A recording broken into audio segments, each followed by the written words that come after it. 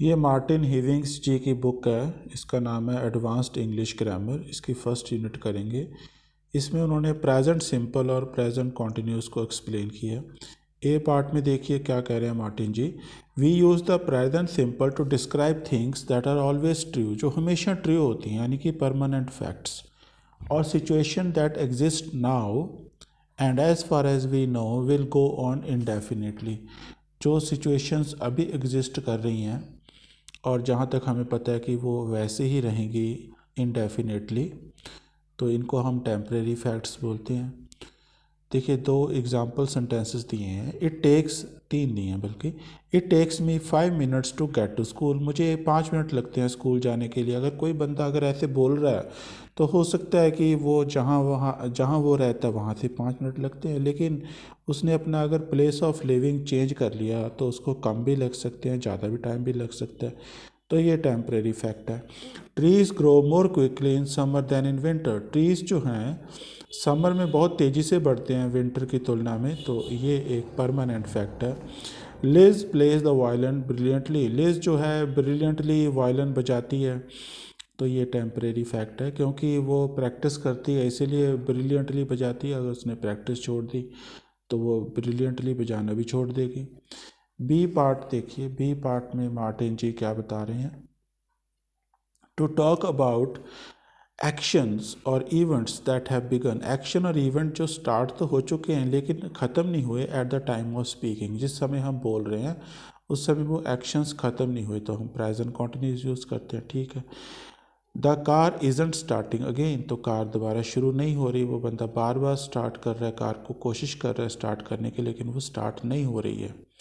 Who are you phoning, I am trying to get through to John, तो कोई बंदा किसी को देख के कह रहा है कि आप किसको फ़ोन कर रहे हो, वो कह रहा है कि मैं जॉन से कोशिश कर रही हूँ बात करने की फ़ोन पे, ओके। एक तो ये हो गया। The shop is so inefficient, shop इतनी इनएफिशिएंट है कि सही ढंग से काम नहीं कर रही है। That many customers are taking their business elsewhere, कि जो बहुत सारे कस्टमर हैं वो अपना व्यापार अब कहीं और ले जा रहे हैं। We often use time expression such as at the moment, ये टाइम एक्सप्रेशंस होती हैं at the moment, at present, currently, just, still, इनको हम यूज़ करते हैं बहुत ज़्यादा ये बताने के लिए कि कुछ चीज़ें अभी हो रही हैं। To emphasize that the action और event is happening now at the time of speaking. Have you done the shopping, I am just going, वो कह रहे हैं मैं बस जा रहा हूँ या जा रही हूँ। नोटिस दैट एक्शन और event may not be going on eight the time of speaking, तो ये एक और यूज़ आ गया प्रेजेंट कॉन्टिन्यूस का कि कई बार कोई एक्शंस होते हैं जब हम बोल रहे हैं उस समय नहीं हो रहे होते, लेकिन वो एक्टिविटीज़ हमने शुरू कर दी होती हैं, वो ख़त्म नहीं हुई होती। जैसे the police are talking to a number of people about the robbery, कई लोगों से रॉबरी से संबंधित वो पुलिस बात कर रही है, तो जब ये बात की गई होगी हो सकता है उस समय रात का वक्त हो, तो उस समय तो नहीं वो बातें कर रही हैं। तो ये इस तरह के, जैसे आप सपोज़ करिए फ़ोन पे आप किसी फ्रेंड को बता रहे हो कि I am reading book written by Darwin, Darwin की लिखी हुई मैं एक किताब पढ़ रहा हूँ, तो जब आप फ़ोन कर रहे हो तब तो नहीं पढ़ रहे हो आप, लेकिन वो आपने स्टार्ट कर दी है, अब वो ख़त्म नहीं हुई है। चलिए सी पार्ट करते हैं। We use the present simple to talk about habits, तो present simple to talk about habits, habits के बारे में बात करने के लिए होता है। या थिंग्स, थिंग्स का मतलब इवेंट्स, कोई situations that happen on regular basis, जो रेगुलर बेसिस पे होती हैं, यानी कि रिपीटेड एक्शन की बात करी गई है। रिपीटेड एक्शन, रूटीन एक्टिविटीज़ जिसको हम बोलते हैं। तो दो सेंटेंसेस दिए हैं। I leave work at 5:30 most days, तो मैं काम से 5:30 बजे, ज़्यादातर दिन मैं काम से 5:30 बजे छुट्टी करता हूँ, लीव वर्क करता हूँ, तो ये एक रिपीटेड एक्शन है। Each July we go to Turkey for a holiday, हर जुलाई हॉलीडे के लिए हम जाते हैं टर्की में। तो जब हम रिपीटेड एक्शन की बात करते हैं, कोई रिपीटेड एक्टिविटी की बात करते हैं, वो ये नहीं होता कि हो ही जा रहा है ऑल द टाइम, वो समटाइम्स भी हो सकता है। जैसे मान लीजिए कोई एक्टिविटी है, अगर वो दिन में एक बार हो रही है तो वो भी रिपीटेड एक्टिविटी है। अगर हफ्ते में एक बार हो रही है तो, या महीने में एक बार ही हो रही है, या फिर साल में एक बार हो रही है, वो सब रिपीटेड एक्टिविटीज़ के ही अंतर्गत आती हैं ये सब चीज़ें। ओके, तो हम आगे चलते हैं, चलिए।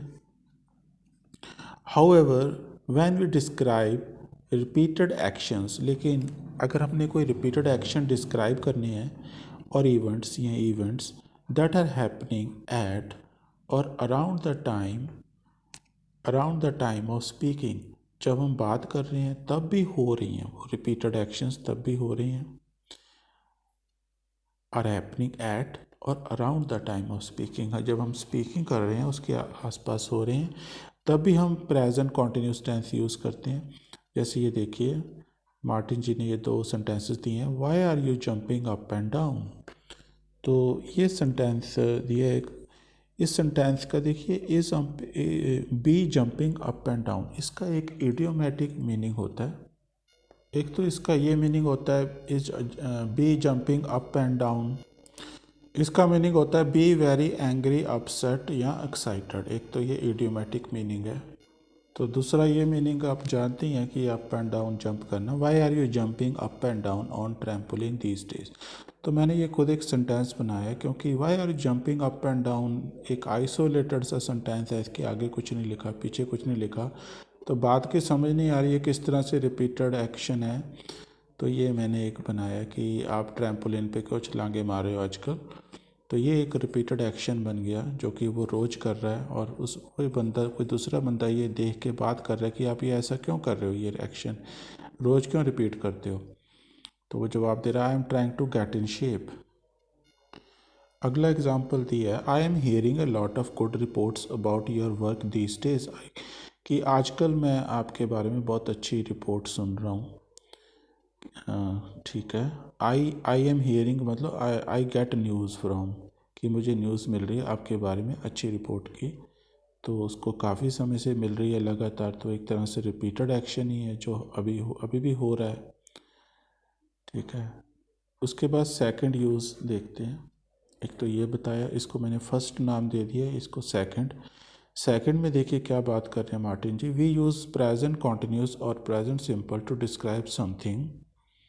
ओके, तो दोनों यूज़ करते हैं, प्रेजेंट कॉन्टिन्यूस भी और प्रेजेंट सिंपल भी कर सकते हैं, to describe something that we regularly do, जो हम रेगुलरली डू करते हैं एट अ पर्टिकुलर टाइम, किसी पर्टिकुलर टाइम पर हम डू करते हैं, काम करते हैं, उसको टाइम भी दिया होता है particular time.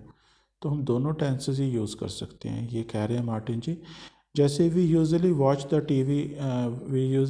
The news on TV at 9, कि 9 बजे हम आमतौर पे टीवी पे न्यूज़ देखते हैं। तो इसका मतलब है कि हम 9 बजे देखना स्टार्ट करते हैं। अब ये देखिए कॉन्टिन्यूस में बनाया है, we are usually watching the news on TV at 9, हम आमतौर पे 9 बजे देख रहे हैं। तो इसका मतलब ये हो सकता है कि जब ये सेंटेंस बोला है तब भी बंदा देख रहा है, तभी यहाँ पे लिखा है ब्रैकेट में, we are already watching at 9, हम पहले से ही देख रहे हैं। अब हम डी पार्ट करते हैं। डी पार्ट में देखते हैं मार्टिन जी ने क्या समझाया। We use present continuous to imply, present continuous हम यूज़ करते हैं ये इम्प्लाई करने के लिए दैट सिचुएशन इज़ और मे बी टेम्परेरी, कि सिचुएशन क्या है, टेम्परेरी है। यानी कि अगर प्रेजेंट कॉन्टिन्यूस में है तो सिचुएशन वो टेम्परेरी है, और अगर प्रेजेंट सिंपल में है तो परमानेंट सिचुएशन है। कंपेयर किया हमने। Banks lend money to make a profit, bank lend करती है, उधार देती है पैसे प्रॉफिट कमाने के लिए। This is what usually happens, यही होता है। तो ये एक परमानेंट अरेंजमेंट है, परमानेंट सिचुएशन है। Banks are lending more money these days, आजकल बैंक्स ज़्यादा पैसा लैंड कर रहे हैं, to encourage businesses to expand, ताकि जो व्यापार है वो बढ़ सके, एक्सपैंड हो सके। इम्प्लाइज, तो ये टेम्परेरी अरेंजमेंट लग रही है कि ये नहीं है कि हमेशा यही रहेगी सिचुएशन, ये टेम्परेरी अरेंजमेंट है। She teachers maths in school, school में वो मैथ्स पढ़ाती है। इन बॉन में, तो बॉन में कोई स्कूल है वहाँ वो मैथ्स पढ़ाती है। तो ये सेंटेंस पढ़ के लगता है कि ये परमानेंट अरेंजमेंट है। अगला देखिए, she is teaching maths in a school in Bonn में किसी स्कूल में वो मैथ्स पढ़ा रही है। तो इस बात को लेके लगता है कि ये एक टेम्परेरी अरेंजमेंट है, हो सकता है कि ये टेम्परेरी अरेंजमेंट है वो परमानेंट भी हो सकती है, लेकिन बात क्लियर नहीं है पूरी अच्छी तरह से। Implies that this is not और मे नॉट बी परमानेंट, देखिए इसीलिए मे लिखा हुआ है। परमानेंट हो भी सकती है, नहीं भी हो सकती, टेम्परेरी भी हो सकती है। ओके, अब हम ई पार्ट करेंगे। ई पार्ट में देखते हैं मार्टिन जी ने क्या बताया। We often use the present simple with the verbs that perform the action they describe. Okay, तो यहाँ परफॉर्मेटिव वर्ब्स के बारे में बात हो रही है कि जिस जो एक्शन को वो डिस्क्राइब करते हैं उनको परफॉर्म करते हैं, इनको हम परफॉर्मेटिव वर्ब्स बोलते हैं। तो जैसे परफॉर्मेटिव वर्ब्स क्या होते हैं, जैसे मैं कहता हूँ I agree, I promise, I refuse, I admit, मतलब ये अपने आप में कंप्लीट सेंटेंस है। इनको हम इनकम्प्लीट सेंटेंस नहीं कह सकते, ये सेंस भी बनाते हैं। लेकिन हम कभी भी ऐसे नहीं बोलते आई गो, आई वांट, आई नहीं, इस तरह से नहीं बोला जाता, आई नीड। तो ये परफॉर्मेटिव सेंटेंस होते हैं। देखिए, आई एडमिट, मैं मानता हूँ, I can't see as well as I used to, an admission, कि जितना मैं पहले अच्छा देखता था उस अब मुझे उतना अच्छा नहीं मैं देख पाता। I refuse to believe that he didn't know the car was stolen, तो इस बात को मैं रिफ्यूज़ करता हूँ, अस्वीकार करता हूँ कि कार, उसको पता नहीं था कि कार गुम हो गई थी। तो ये रिफ्यूज़ल है, स्ट्रॉन्ग रिफ्यूज़ल, स्ट्रॉन्ग एडमिशन। कुछ अदर वर्ब्स हैं sometimes called performative verbs include, तो ये उनकी लिस्ट दी हुई है। Accept, acknowledge, advise, apologize, assume, deny, guarantee, hope, inform, predict, promise, recommend, suggest, suppose, warn। तो ये हैं।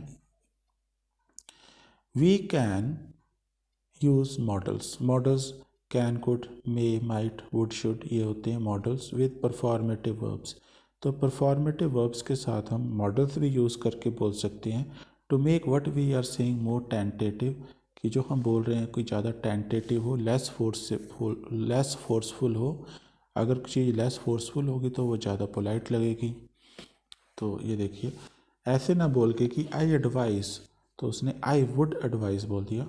आई would advise you to arrive 2 hours before the flight leaves, कि मैं आपको एडवाइस करूँगा कि 2 घंटे पहले आ जाइए आप, फ्लाइट उड़ने से पहले, लीव करने से पहले। तो ये अब बहुत ज़्यादा पोलाइट हो गई, फोर्सफुल नहीं है तो पोलाइट है। I am afraid, I have to inform you, मुझे आपको इन्फॉर्म करना पड़ेगा, हैव टू लगा दिया, सीधा आई इन्फॉर्म भी बोल सकता था। I have to inform you that your application for funding has been turn down, आपकी फंडिंग के लिए जो एप्लीकेशन थी उसको टर्न डाउन कर दिया, अस्वीकार कर दिया, ठुकरा दिया, ये मीनिंग होता है टर्न डाउन का। तो यहाँ पे हैव टू लगाया, ये मॉडल होता है, has to, have to, must की फॉर्म्स होती हैं, हैड टू पास्ट में लगता है। चलिए यहाँ पे हमारा ये फर्स्ट यूनिट ख़त्म हुई। अब हम इसके ऊपर एक्सरसाइज करेंगे।